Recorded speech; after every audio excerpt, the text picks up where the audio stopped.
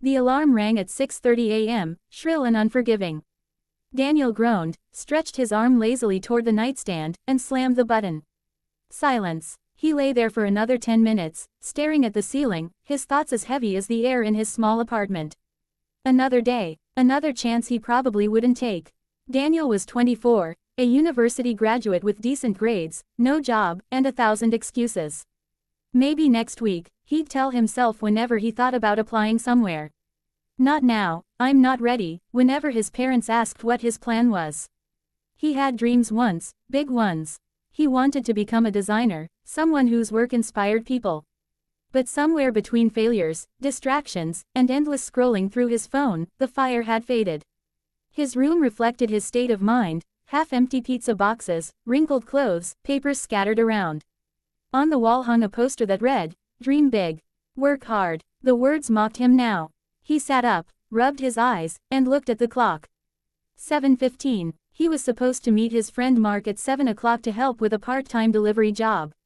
Forget it, Daniel muttered, falling back into bed. He'll manage. Mark was different. He'd grown up with Daniel, in the same neighborhood, same school. But while Daniel let life drift by, Mark pushed himself every day. He worked, studied at night, and never complained. When Daniel missed their meet-up, Mark didn't call or scold him. He just texted, "Greater than, no worries, bro. Take care of yourself." Somehow, that hurt more than anger would have. Hours later, Daniel finally dragged himself to the kitchen. The clock read 11:40. His mother was already gone for work. She had left breakfast on the table, eggs, toast, and a note. "Greater than, please eat something and go outside today. Love, Mom." He sighed, ate half of the toast, and turned on his laptop. He told himself he'd look for jobs, maybe update his resume. Instead, he clicked YouTube. One video turned into another. A funny clip, a music video, a motivational speech. "Success comes to those who work for it," said the speaker on screen. Daniel paused the video halfway. "Easy for you to say," he murmured. "You've already made it." He leaned back, staring at the blank wall. Deep down, he knew the truth. It wasn't that he couldn't work hard, he just didn't want to face failure again. Every time he tried, something went wrong. The rejection letters, the disappointment in his father's eyes, the comparison to others, it all weighed on him like chains. By afternoon, the doorbell rang. It was Mark, sweaty, tired, but smiling. "Hey, lazybones," he said, stepping in.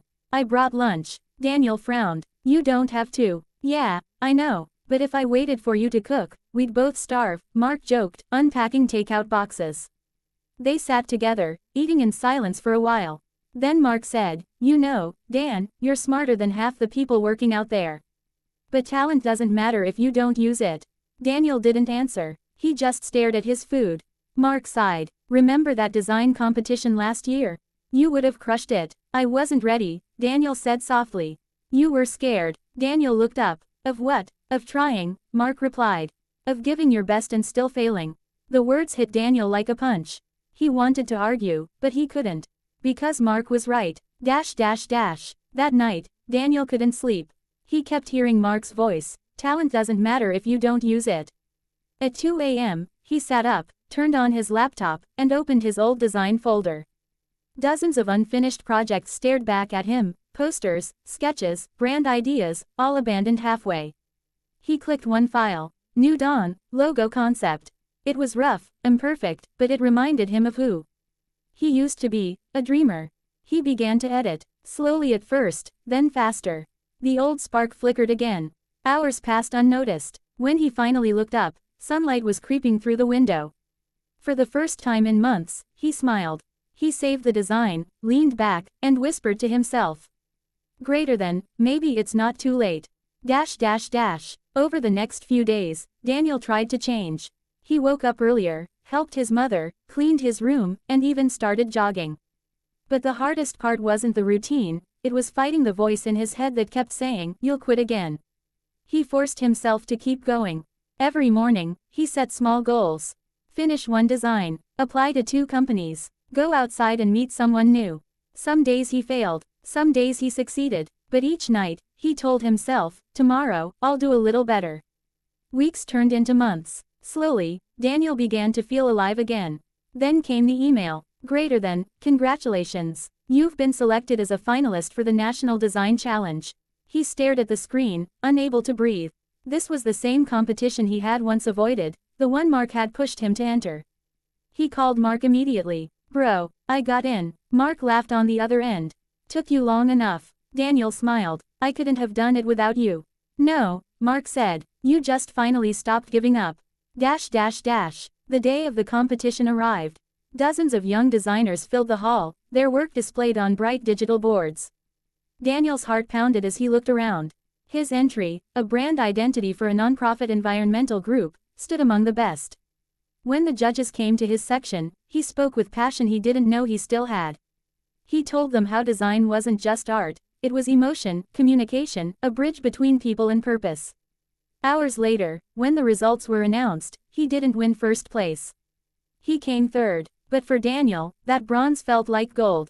Because this time, he had shown up. As he stood on the stage, holding the small trophy, he saw Mark in the crowd, cheering like it was a championship game. Daniel's eyes filled with tears. Afterward, outside the hall, Mark clapped him on the back. See what happens when you stop sleeping through life. Daniel laughed. Guess I woke up just in time. Months passed. Daniel's portfolio grew, and offers started coming in, freelance jobs, small contracts, even a remote position with an advertising firm. He wasn't rich yet, but for the first time, he was proud of himself. He began giving motivational talks at local schools, telling students how laziness had almost destroyed his future. He showed them his old designs and the ones he had finished later, a visible difference between quitting and trying. One afternoon, after a talk, a shy student approached him. Sir, she said quietly, I always feel too lazy to start my homework. But hearing your story, I want to change. Daniel smiled warmly. You don't have to change overnight. Just start small. Move one step every day. Laziness doesn't disappear, you just learn to move faster than it. She nodded, eyes shining, and Daniel realized, maybe his failures had a purpose after all. Years later, Daniel stood in front of a tall glass building, his own design studio, New Dawn Creative. The name came from that first logo he finished the night he decided to change his life. Inside, young designers worked passionately, laughing, brainstorming. Among them was a framed photo of two friends, Daniel and Mark, from their college days. Mark had become his business partner. They built the company together, one late night at a time, fueled not by luck, but by persistence. One evening, as they closed the office, Mark looked at him and said, remember the guy who couldn't wake up before noon? Daniel grinned. He still exists, but now he has alarms that never stop. They laughed, walking out into the golden sunset. For Daniel, success wasn't about money anymore. It was about redemption, proving to himself that he could rise after falling, fight after failing. He often told his team, greater than, the hardest battle isn't against others. It's against the voice that says, you can't. Win that, and you win everything. And so, the boy who once slept through his dreams became the man who woke up every morning with purpose.